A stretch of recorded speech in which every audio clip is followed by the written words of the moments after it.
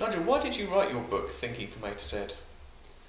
Well, I felt that a lot of people are talking about the transferable skills that you get from studying philosophy, but not many people had actually shown how the various moves in critical thinking that you specialise in as a philosopher can really apply to everyday situations. So that was part of my aim. Could you give an example of the kind of argumentative technique you're talking about in the book? Okay, here's an example. The companions in guilt move. This is the move that people make to show that a particular case isn't unique. So, for example, if somebody says, you ought to ban boxing because it's dangerous, then if you make the companions in guilt move, you'll say, but boxing is no more dangerous than motorsports, than mountaineering, than deep-sea fishing, and so on. So you're saying there are other companions which are equally guilty. So consistency demands that you treat those cases in precisely the same way as you treat boxing, or show why boxing is a special case. It was very important for me to find names for each of these moves and techniques and fallacies in argument, memorable names, because I think once you've grasped the name, you can remember the concept much more easily, and when you spot that move in argument, you can actually label it and think about it quite clearly, whereas if you're just thinking there's something a bit wrong with that argument, I'm not quite sure what it is, it's very difficult to pinpoint precisely what's wrong with it. Is clear thinking about having a kind of armoury of different kind of intellectual techniques to use, or are there kind of some fundamental principles which underlie it? I think from a philosophical point of view, the thing that philosophers are most interested in is argument. Certainly philosophers in the analytic tradition want to present arguments, reasons leading to conclusions. They want sound arguments, valid arguments with true premises and therefore a true conclusion. That's their ideal.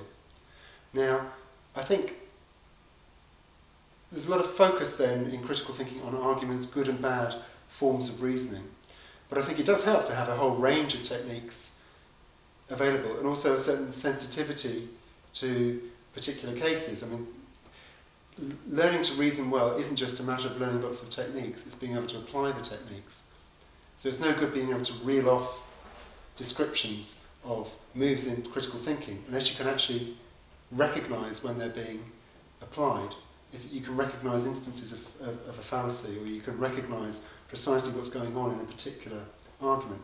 And there's no hard and fast rule about how to do that. You have to become sensitive to the sorts of moves that people are making and the assumptions which are warranted and those which aren't warranted. Some might say that's all very well in philosophy, but what is the use of this outside of that? What's the use of it for the rest of us?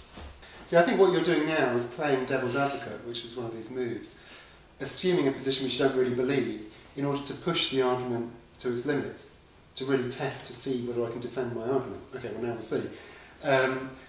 I think that philosophy, some of the moves that philosophers make do transfer to other situations because we're looking at argument, we're in abstraction from its content.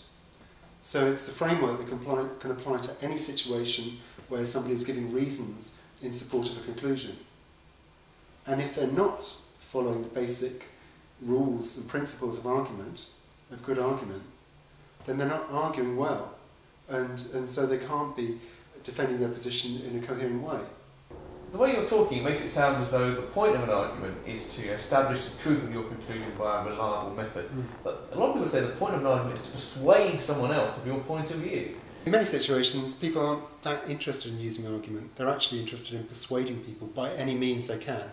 So they'll use rhetoric, emotive language, simply to persuade people. They don't care whether their reasoning's good. Well, that's fine if that's what you're openly trying to do. But in other situations where people want to get at the truth, the best tool we have, or the best tools that we have, are the tools of critical thinking. So if we're really interested in the truth, what we should be doing, surely, is looking for good reasons that actually support our conclusion. Not assuming a particular conclusion and then just trying to persuade other people that it must be true.